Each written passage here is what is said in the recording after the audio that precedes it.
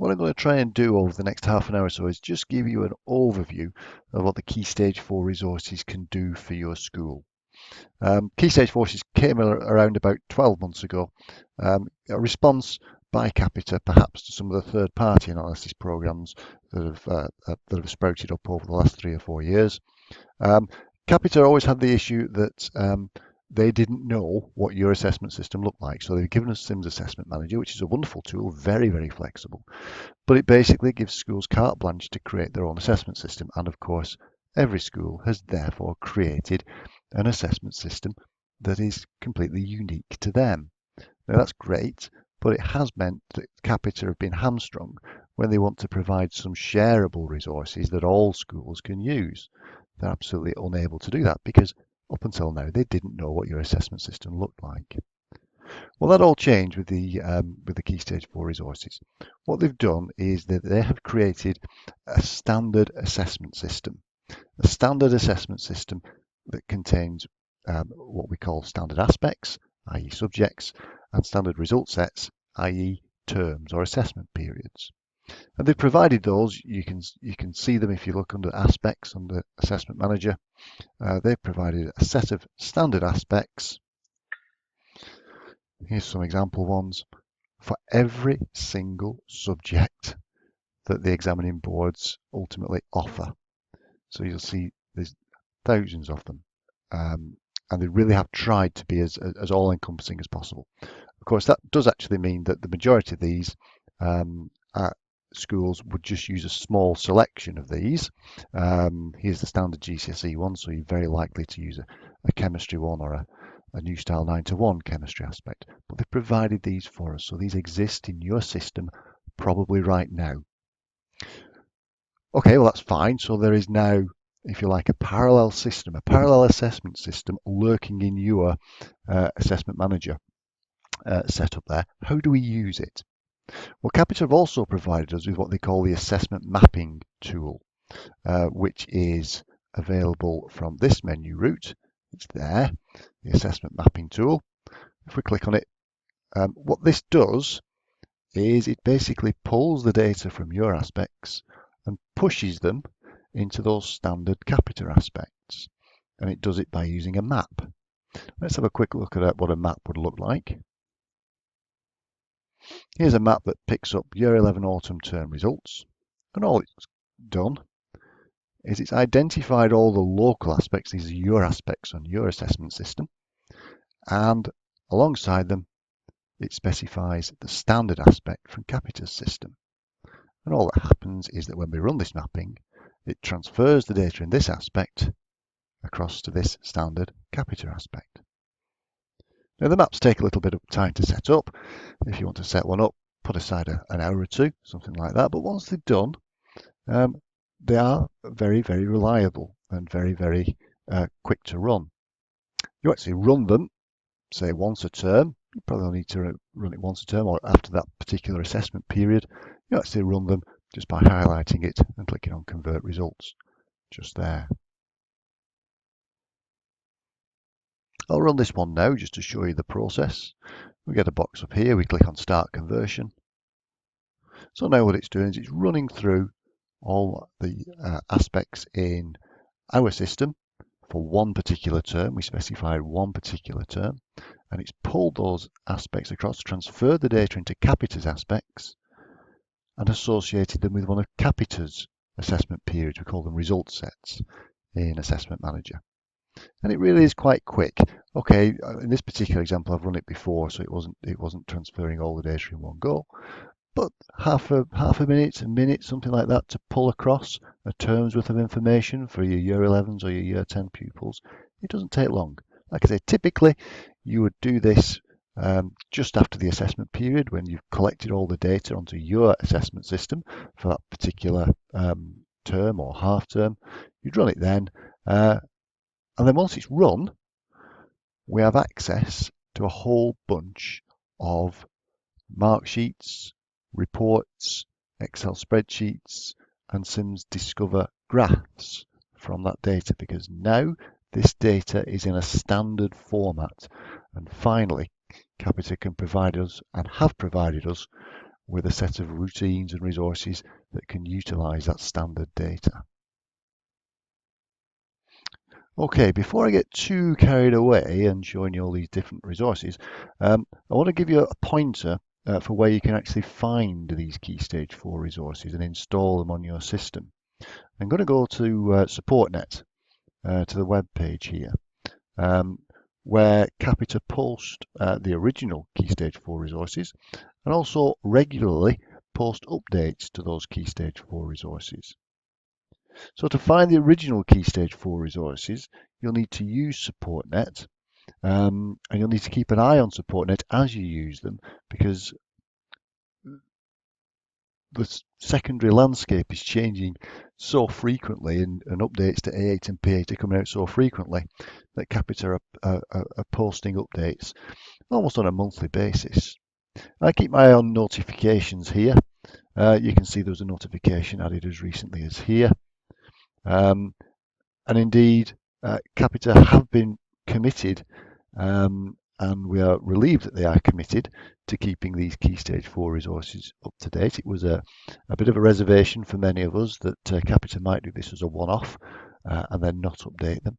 But as new, for example, Attainment 8 estimates have been made available, Capita have had revised versions of all these resources available within the week, actually within 2 or 3 days of a new DFE announcement. Capita have been able to update them very, very quickly. So keep your eye on notifications here. Search for KS4 resources there to find them, and make sure you download the latest copies on a regular basis. Okay, let's go back into Sims. We left this here. We left the data map having run. Having run that data map now, we have some data in Capita's Key Stage 4 resources. How do we view that data?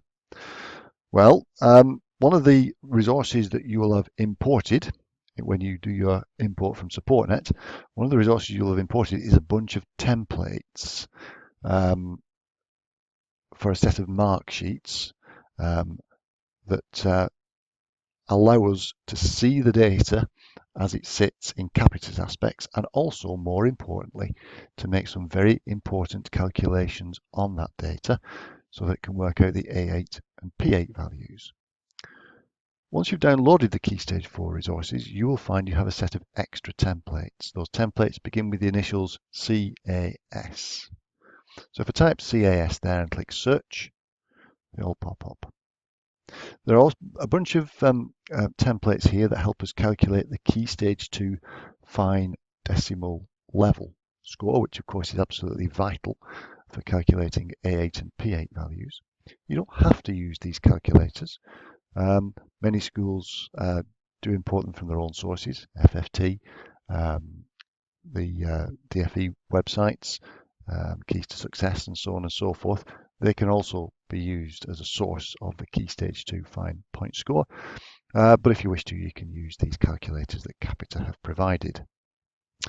But the important ones are these templates here. Now, Capita only provide one copy of each template. There's a copy for 2016, a copy for 2017, a copy for 2018, 2019 and 2020.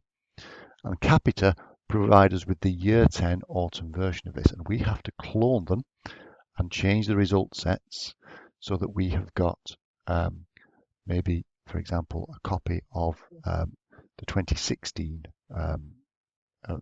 mark sheet for year 11 spring term, or the 2017 mark sheet for year 10 autumn term.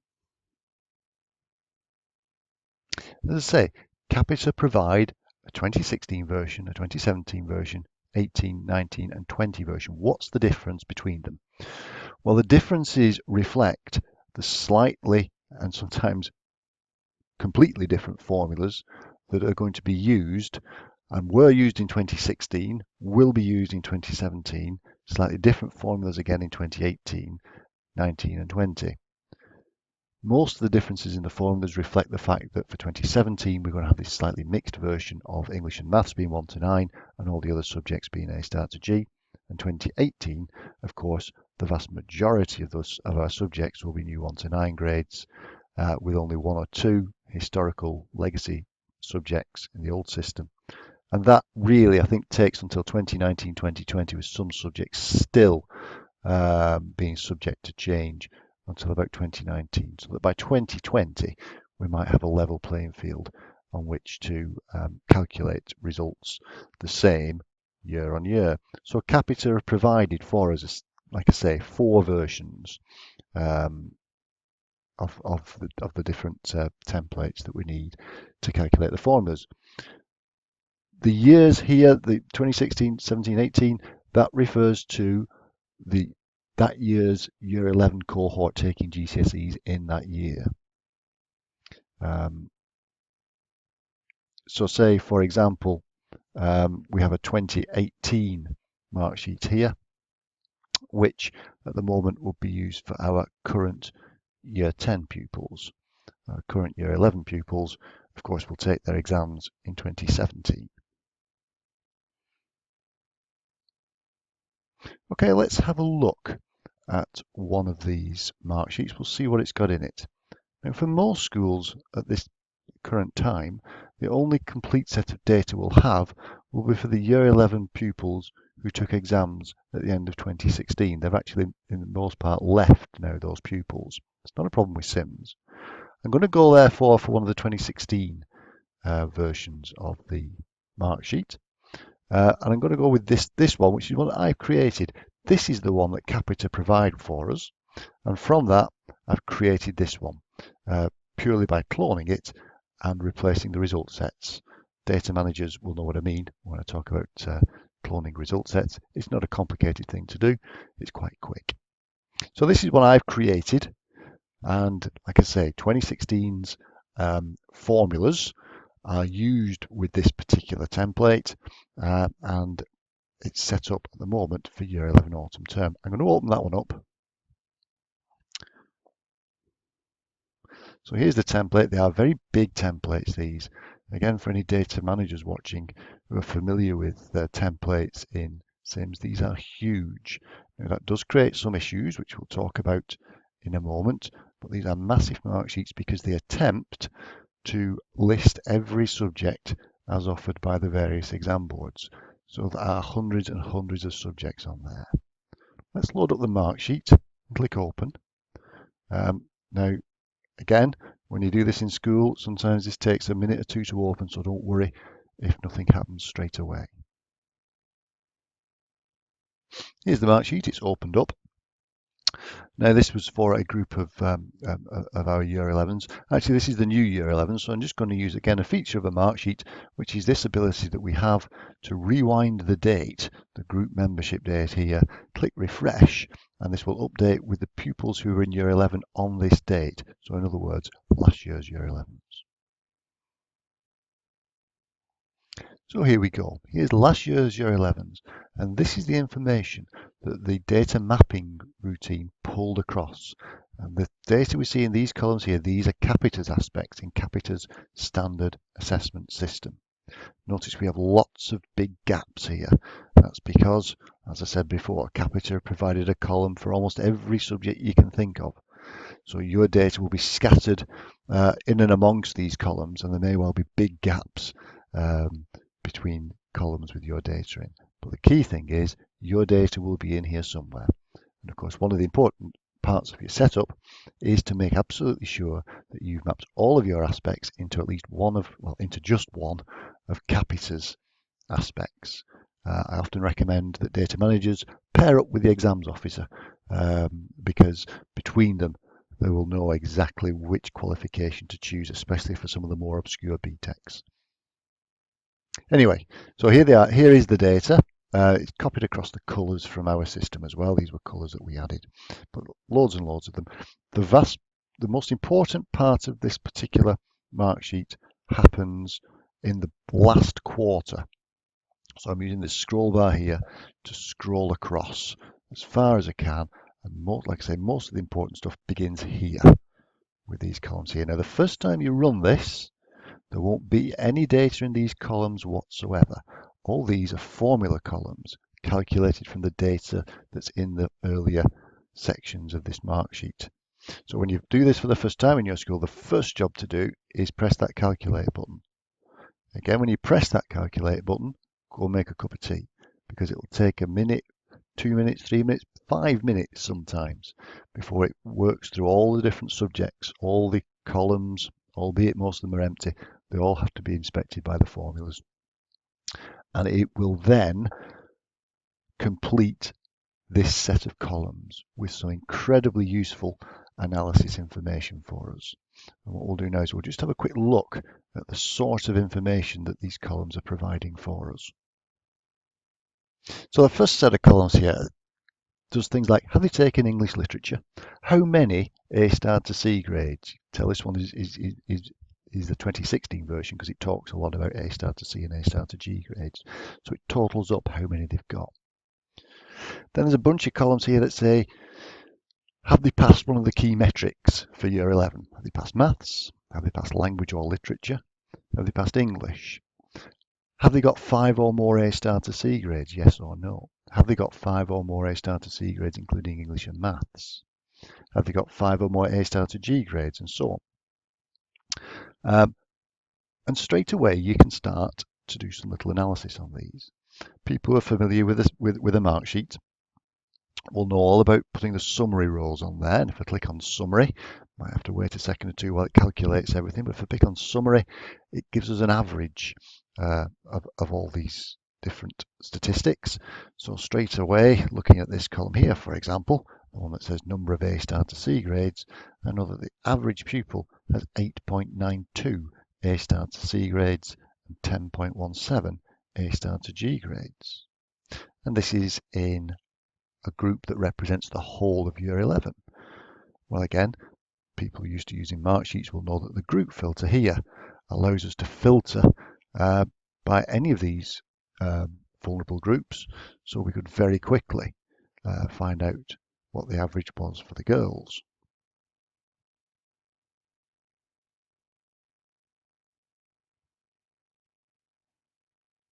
So this now represents the averages for the girls, and we could use this filter in other ways to provide different averages for pupil premium, EAL, ethnicities, all the rest of it. You could do it all within a mark sheet. For schools that are worried about pupils not filling up all the EBAC subjects, there are columns here that identify pupils who passed the humanities aspects, passed the humanities parts, passed the language parts, passed the science parts. Have they taken all the EBAC subjects, yes or no? Would they qualify, therefore, for the English EBAC qualification? It then moves on to some metrics that maybe only apply for 2016. They will be amended for 2017 and 2018. 3 levels of progress, 4 levels of progress. Have you got 5 or more A star to C's? Yes, with English, but not maths. Yes, maths, not English. Loads and loads of really useful analysis on this one. Like I say, slightly different again this year, different again next year. We also have the Key Stage 2 average 5-point score. That is not calculated. Obviously, that comes from your pupil data. And of course, to get this to work properly, to get the next section of this with the A8 and P8 calculations, you've got to make absolutely sure that these are the right values down the side there. And there's the final level value as well. And there's an estimated Attainment 8 score down there. This was using the 2015 estimates, purely because I haven't updated it yet. Capita have now released the 2016 estimates, and I will have to update my copy of these mark sheets as well. So then here's each of the buckets for the P8 calculation. 3 EBAC buckets, but also a 4th, 5th and 6th EBAC bucket, as well as 3 for the other buckets, because of the rules surrounding the subjects filling up the other buckets here. And then we have an Attainment 8 average value down there, and the Attainment 8 value here. Also recast that as grades, old style A star to G grades. And here's possibly the most important column on the entire mark sheet, the Progress 8 figure for each individual pupil. Loads of other useful bits of information on there. If you are adept with a mark sheet, you could spend a day at least just analysing the data in here. But that's what we get. Like I say, a slightly different version of this for the 2017 cohort of Year 11 pupils, and another slightly different one for the 2018 cohort of Year 11 pupils. But it's all there for us, and more importantly, we don't have to do it ourselves.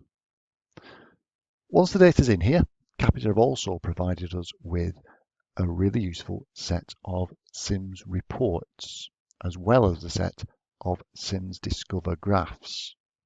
Let's have a look at some of those SIMS Discover reports next. So I'll close the mark sheet down. I'll not save those changes. And the SIMS reports are up here. Now again, when you download the routines in the first instance, you'll need to import some reports from the zip file that Capita provide the Key Stage 4 resources in. But when you've been through this import routine, you'll find you have a set of reports, and you can access them by clicking on Run Report. And they will sit under Focus Student. And they begin with the initials CAS. Here they are. I've installed here two sets of reports. There are a set of reports that come with the standard Key Stage 4 resources, but there are also a set of further reports which you can also download from Capita's SupportNet website. Key groups 2016 and 2017 are the ones that come with the standard one, as does recently this new Key Groups Inspection dashboard. The further resources are these three here: threshold measures, two of those, and one progress and attainment measures mark sheet. We'll have a look at them all in the next few minutes. It's straightforward to run. All you need to do is double click on them, choose the relevant year group, and click OK. And it goes off. And again, okay, it might take 5 or 10 minutes for some of these reports to print them out, but they are so big and all-encompassing that they're certainly worth the wait. So I'm going to load up some of those mark sheets now, and we'll run through them. Okay, this is the first report we normally run once we've got the data into the Key Stage 4 resources. This is the sort of headline figures for any particular school. This is the 2016 version again. A slightly different version for 2017 is already available. The important thing to do when you first come into this mark sheet is to make sure you choose the correct, what SIMS calls result set, i.e. assessing period, here from this rather small drop-down menu that they've provided. But once you do, you will find that your school's percentages and numbers appear alongside the national numbers down here as well. So here's various different metrics that schools are asked to compare themselves to in 2016. And it's expanded there for each of the vulnerable groups in the school, including all the ethnicities, which again is shown as a rather small drop-down list down there. So you might want to use a bigger monitor, but you can analyze each of the individual ethnicities down there. And like I say, this has got national comparisons in there as well. So it's always very useful to be able to show your pupils against the national comparisons. So all the usual suspects in terms of column headings across here. So Capita are just trying to mirror the kind of questions that you're being asked in your schools. So these are Progress 8 options and some legacy best 8s calculations as well down the side there. In the background, of course, it's using your student data. So if I click on this student data tab, you'll see that this would show your pupils, and you can see perhaps how that mark sheet is structured. This is entirely an Excel mark sheet. So at this stage, once it's in this Excel mark sheet, a lot of subsequent development will come down to your understanding of Excel and the things that you can do with Excel. But once it's here, it is very, very useful. For comparison, this is the 2017 version of the same mark sheet in Excel. And you can see slightly different column headings. We've got this idea now of a good pass in English and a good pass in maths and a good pass in both. The English Baccalaureate calculations, 5 good GCSEs including English and maths. And of course, this will be working on a mixed economy, if you like, of new 1 to 9 grades and legacy A star to G grades. But it's the same principle and just as simple to create, just as simple to use. And again, it has the national averages in there as well. Here's one of the outputs from one of the further resources that Capita have provided. Again, it's an Excel chart, basically that's picked up the data that we've entered via the Key Stage 4 resources. This one's looking at a graphical representation of the headline measures that we saw in the previous more tabular report.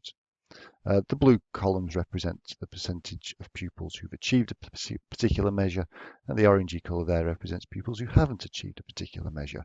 So the first one here is 5 good GCSEs, and we can see that this 59.09% of the pupils have achieved a good GCSE, whereas 40.91% of pupils haven't achieved it. And again, we've got the different subheadings looking along here that you can play with, do with as you wish. Like I said, this in the background is just a straightforward Excel pivot chart. Here's a graph that you won't achieve straight away when you first start using the Key Stage 4 resources. This is because it's looking at progress in things like A8 and P8 score over a period of time. So the very first term you use this, you don't get the line, you'll just get a dot appearing on this graph. But here we've got an example of what it would look like if you've been using it for, say, 4 terms. Each line represents one of the important metrics. So, for example, here, this one represents the EBAC attainment. That's this column here. And this column here on the bottom there represents the Progress 8 figure. As you'd expect, that figure does hover around the 0 line along there, whereas attainment 8, which is this line here, hovers between 4 and 5, roughly, on there. I suppose with this graph, with over time, you would hope that almost all the measures there, in fact, yes, all the measures there would show a slight improvement, a gentle upward curve would be nice and reassuring to see. These graphs are called the raised scatter graphs. Again, these are available with the further resources. So far, Capita have just released a 2016 version of that. Hopefully we'll see the 2017 version of this as well. The bit that makes this specific to 2016 is this orange line here, which represents the national average. This is a graph plotting Key Stage 2 fine level against Attainment 8 average score. And these individual dots represent individual pupils. The blue dotted line here is a line of best fit that translates the school's actual results over the top of the national average results. I think interpreting a lot of these graphs is something, a skill we're going to get over a period of time. But I suppose you would immediately perhaps infer from this that because of the position of this line, which is higher than the national average for the lower achievers, but lower than the national average for your higher achievers, maybe your sort of low achievers are doing particularly well, but maybe there's a little bit more work to be done with the very highest achievers who seem to be slightly below the national average. This particular set of graphs, there are a whole suite of graphs as tabs along the bottom here.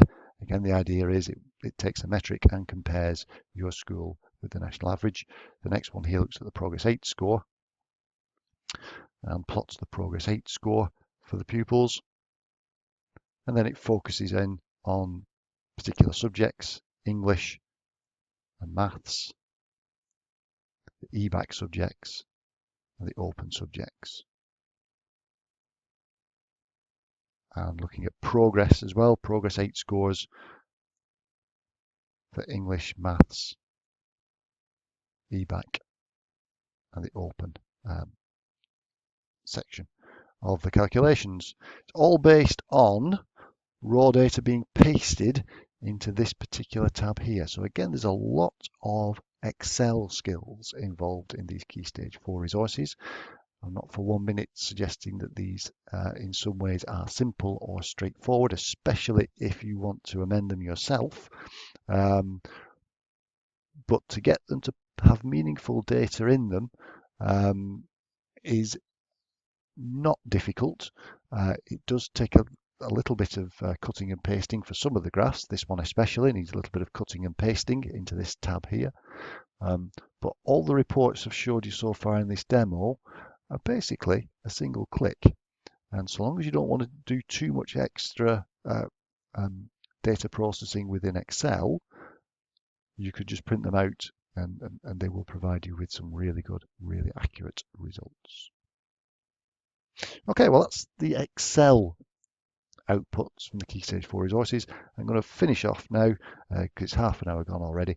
I'm going to finish off now by looking at some of the Sims Discover graphs that we can print out. Let's have a look at the Key Stage 4 resource graphs that are available to us in Sims Discover. If you've installed the Key Stage 4 resources and used them, and that means you'll have to have run the assessment mapping feature and also loaded these into the relevant mark sheets and press calculate. As soon as you've done that, or at least the next day if you want Sims Discover to do its normal overnight transfer, or the same day if you trigger one yourself, you'll have access to all these graphs that I'm going to show you now. So up to the assessment icon there, and the graphs we're going to look at all begin CAS. And you see there's a set of them here. Here's one called CAS Year 11, 5A star to C vends for Year 11 autumn term. Let's display that one. So this is looking at the 2016 Year 11 cohort. And it's still measuring the 5 or more A star to C measure because that's still relevant at this time.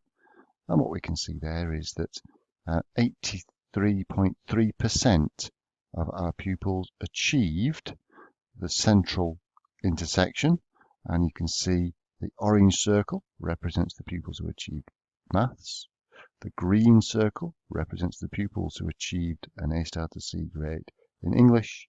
And the blue circle represents all the pupils who achieved 5 or more A star to C grades.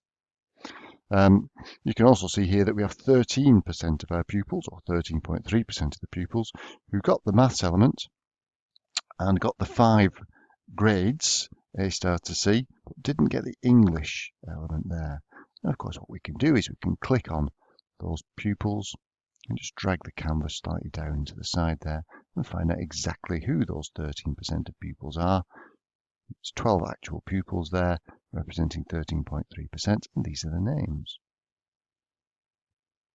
You can also see from here that 1.1% of the pupils didn't get maths, didn't get English, and didn't get 5 or more A star to C grades. So it even shows you the pupils who are outside the scope of the 3 circles just there. We can change that from a percentage to an actual number of pupils as well, like that. So that's the first graph. And then what I've done is I've created a copy of the autumn one for spring, so it will report the same data, but for the spring term assessment period. And you could continue that and do the summer term. Here's another one called Year 11 Key Groups. Notice this one works in a slightly different way. We've actually got a little downward pointing arrow here, and if I click on it, you'll see these are all the terms that I could run this report for. So although it's based on a Year 11 group of pupils, I can actually look back and see what they achieved during Year 10, autumn, spring or summer term, as well as looking at the current Year 11 autumn term. I'm going to stick with Year 11 autumn term, so this is going to look at the Year 11 pupils and what they achieved in their Year 11 autumn term.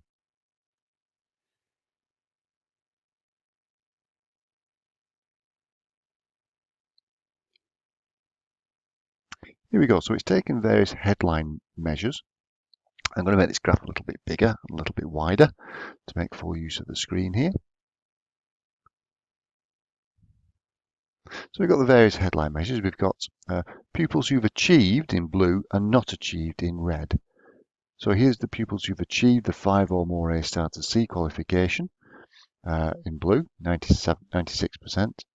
And the next one here, we've got the 5 or more A star to C grades, including English and Maths, 83%. We've got the various other parts of the P8 and A8 calculations and the EBAC calculations here, which split it down into English, into Maths, into the humanities subjects, and so on, into languages, etc., etc. We've also got a throwback here to the 3 and 4 levels of progress measures that schools have been using historically. A lot of schools said that they would still like to see that data, even though it's no longer a headline measure. Yeah, as I mentioned, the blue columns are pupils who've achieved the measure. The red columns are the pupils who haven't achieved the measure. So there's a slightly slimmed down version of this graph to be had if we click on the cross there, which will take out the red entries and just give us the blue entries. So it's a slightly slimmed down version. We can swap also between percentages, which is what it's showing there, and an actual count of pupils. So that's a useful graph. Okay, carrying on down this list. The next one I'll show you is the Year 11 EBAC graph. Let's slide that onto the canvas.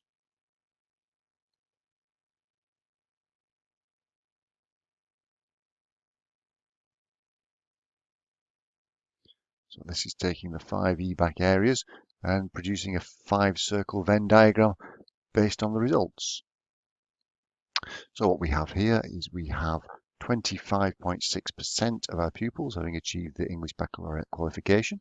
That's as a percentage. If I want to know the numbers, of course I can click on this button here. So 23 pupils have achieved it. If I click on the number 23, it will even tell me who those 23 pupils are.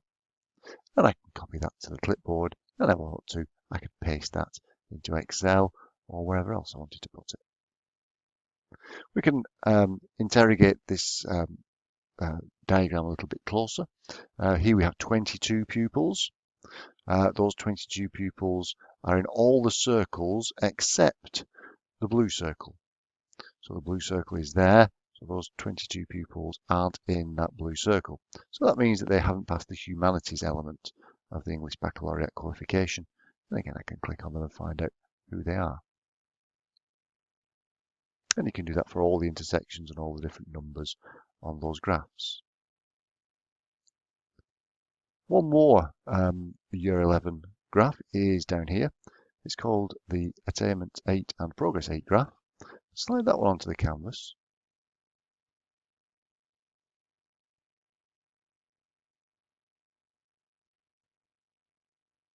This graph I feel will become more useful as more data gets added to it. This will take the progress of our current Year 11 groups and plot it over time. Let's make this a little bit bigger so we can see what's going on. And I'm just going to swap it from showing a line graph, which I think will make more sense when we have more data on, to just a bar chart, which shows us, I think when we've only got 1 or 2 data points, it's a little bit more readable. So this is telling us that for Year 11 autumn term, which is the only term for which I have any results on my system because I've only just started using the Key Stage 4 resources, this is telling me that the blue column there, which represents Attainment 8, that the Attainment 8 for my pupils in Year 11 is 5.57. The Progress 8 figure is minus 0.17. And over a period of time, all these different columns will fill out to give me a really good indication of the direction of progress for both of those key figures for this particular group of Year 11 pupils. So I think with time, this particular graph will be very, very useful indeed. And probably once we've got plenty of data points filled out, we'll swap it back to a line graph. And hopefully that line will be a nice upward curve to it to suggest that our Attainment 8 and our P8 values are all heading in a positive direction. So those are the Year 11 ones. There are a set of Year 10 graphs. Here's another one, the Year 10 key groups graph, which again has a downward pointing arrow, which indicates that we can do this. And I will slide the Year 10 autumn term version onto here. So here's a very similar set of graphs here. Capita have provided the usual headline measures. The good GCSEs is a new concept. On the previous graph, on the year 11 version, if you remember, it was A star to C. Of course, now we have this idea that a good GCSE is, yes, a C if it's using the old style, or a grade 5 or above if we're using the new 1 to 9 measure, which of course for our current year 10s in 2016, that is very much the case, that they are having English and maths in the 1 to 9 format. So for the next 12 months, they will need this definition of a good GCSE, meaning a grade 5 or higher. Okay, otherwise that graph also can be changed into a number of pupils graph or a percentage graph. If you want to, you can display it as a line graph, but I think it makes more sense as a bar chart like that one. And the final graph we'll have a look at is this one, another Venn diagram.